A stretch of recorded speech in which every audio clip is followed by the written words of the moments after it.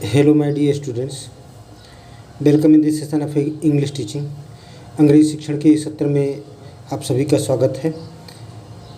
Class 8th जो Honey due आपकी है, इसकी first poem the ant and the cricket जो एक मोरल देती है।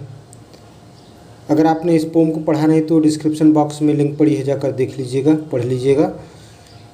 और इस वीडियो में हम लोग इसके क्वेश्चन आंसर को देखेंगे। इनको अपने नोटबुक में नोट कर लीजिए, बड़े इम्पॉर्टेंट और महत्वपूर्ण क्वेश्चन हैं आपके लिए।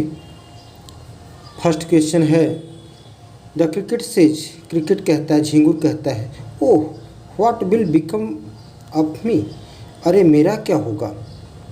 व्हेन डज ही से इट एंड व्हाई, वह ये कब कहता है और क्यों कहता है। Answer, the cricket speaks these words, cricket झिंगुर ये शब्द कहता है।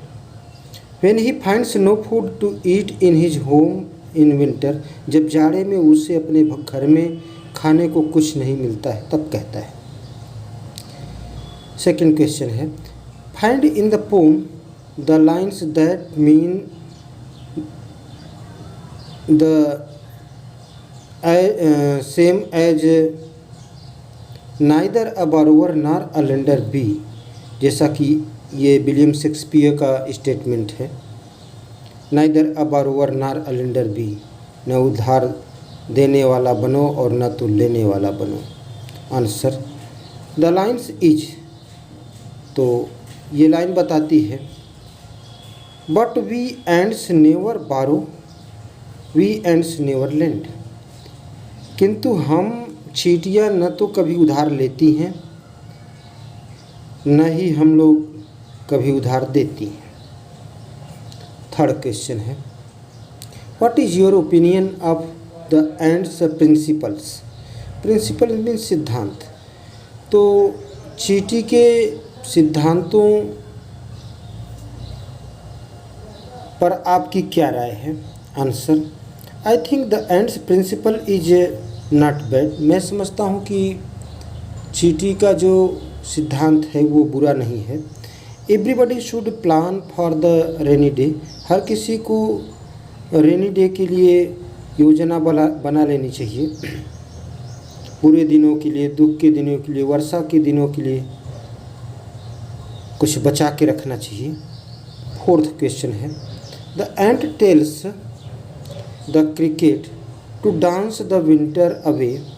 Do you think the word dance is appropriate here? If so, why? चींटी कहती है क्रिकेट से कि अब जाओ ठंडी में डांस करो, नाचो। क्या आप समझते हैं कि ये डांस शब्द यहाँ उचित है? अगर है तो क्यों? Answer, the word dance here means मेरी मेकिंग, खुशियाँ मनाना, एंड वेस्टिंग टाइम, और समय बर्बाद करना। I think it is appropriate here, मैं समझता हूँ कि यह यहाँ अप्रोप्रिएट है, उपयुक्त है, उचित है। The irresponsible cricket does not deserve any sympathy, क्योंकि गैर जिम्मेदार झींगुर किसी भी सिंपैथी के लायक नहीं है।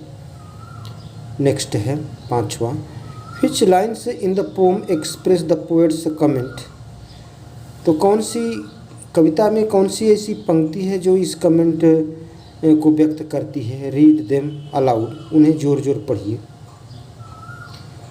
The poet's comment is expressed in the last two lines, तो कवि का जो कमेंट है, विचार है, वह अंतिम दो पंक्तियों में व्यक्त होता है। और पंक्तियां हैं, folks call this a fable, लोग इसे एक फेबल कहते हैं। I will warrant it true, dot dot dot है, आगे पंक्ति है कि मैं इसे सच मानता हूँ। सम क्रिकेट्स हैव 4 legs, कुछ झिंगुरों के 4 पैर होते हैं। एंड सम हैव 2, और कुछ के 2 पैर होते हैं। यहाँ शायद कवि मनुष्य की ओर हिंट कर रहा है जो 2 पैर बता रहा है। नेक्स्ट है right the comment in your own words, अपने शब्दों में कमेंट कीजिए answer. The people say that the story of the cricket and the ant is a fable with a moral, लोग कहते हैं कि ये कहानी the cricket and the ant is a fable, एक फेबल है, कहानी है, विथ अ मोरल, जिसमें एक मोरल है, नैतिक ज्ञान देती है। बट आई थिंक, पर मैं समझता हूँ, that the story is completely true, मैं समझता हूँ कि ये कहानी पूरी तरह से सही है, सत्य है। People spend what they earn, तो लोग जो कमाते हैं उसे खर्च कर देते हैं। एंड मेक मेरी, और खुश हो जाते हैं, प्रसन्न हो जाते हैं, खुशियाँ मनाते हैं। बट दे रिग्रेट आफ्टरवर्ड्स, लेकिन बाद में वे पश्चाताप करते हैं जब खर्च हो जाता है तब। आज के सेशन का लास्ट क्वेश्चन और बहुत ही महत्वपूर्ण क्वेश्चन है आपके एग्जाम के लिए, सेंट्रल आइडिया का। क्वेश्चन इस तरह से होगा, write the central idea of the poem, तो कविता का केंद्रीय भाव सेंट्रल आइडिया लिखिए। कविता the ant and the cricket जो है इसका सेंट्रल आइडिया लिखना है answer. The poem gives us a very useful message, तो कविता हमें एक बहुत ही महत्वपूर्ण संदेश देती है। It shows if one does not think for future, यह दिखाती है, दर्शाती है कि यदि कोई भी व्यक्ति अपने भविष्य के बारे में नहीं सोचता है तो ही विल सफ़र आफ्टरवर्ड्स, तो वह बाद में पश्चाताप करेगा। The cricket in the story represents, तो इस कहानी में जो क्रिकेट है झींगुर, वो रिप्रेजेंट करता है, दोज, उन लोगों को रिप्रेजेंट करता है who are not wise enough to save for future, जो भविष्य के लिए कुछ नहीं बचाते हैं, बुद्धिमानी नहीं दिखाते हैं, जो पर्याप्त बुद्धिमान नहीं हैं। सच पुअर फेलोस, इस तरह के बेचारे साथी, face very bad situation like the cricket, इस तरह के जो बेचारे साथी होते हैं वे क्रिकेट की तरह बड़ी बुरी स्थिति का सामना करते हैं।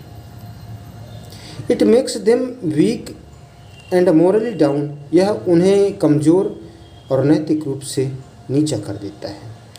But there are people like the ant, किंतु चींटी जैसे लोग भी होते हैं, चींटी की तरह लोग भी होते हैं, हु आर लेबोरियस, जो परिश्रमी होते हैं। They live happily their life forever, वे अपने जीवन को सदैव प्रसन्नतापूर्वक जीते हैं। So we should be like the ant not the cricket, इसलिए हमें चींटी की तरह होना चाहिए, न कि झींगुर की तरह, क्रिकेट की तरह। Thanks for watching me.